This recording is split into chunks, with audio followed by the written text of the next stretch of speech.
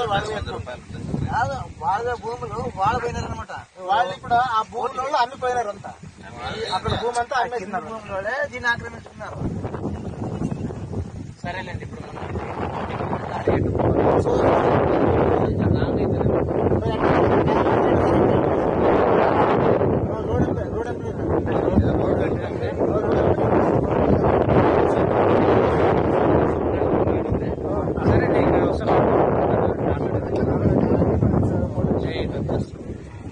బండి తీసుకొని సార్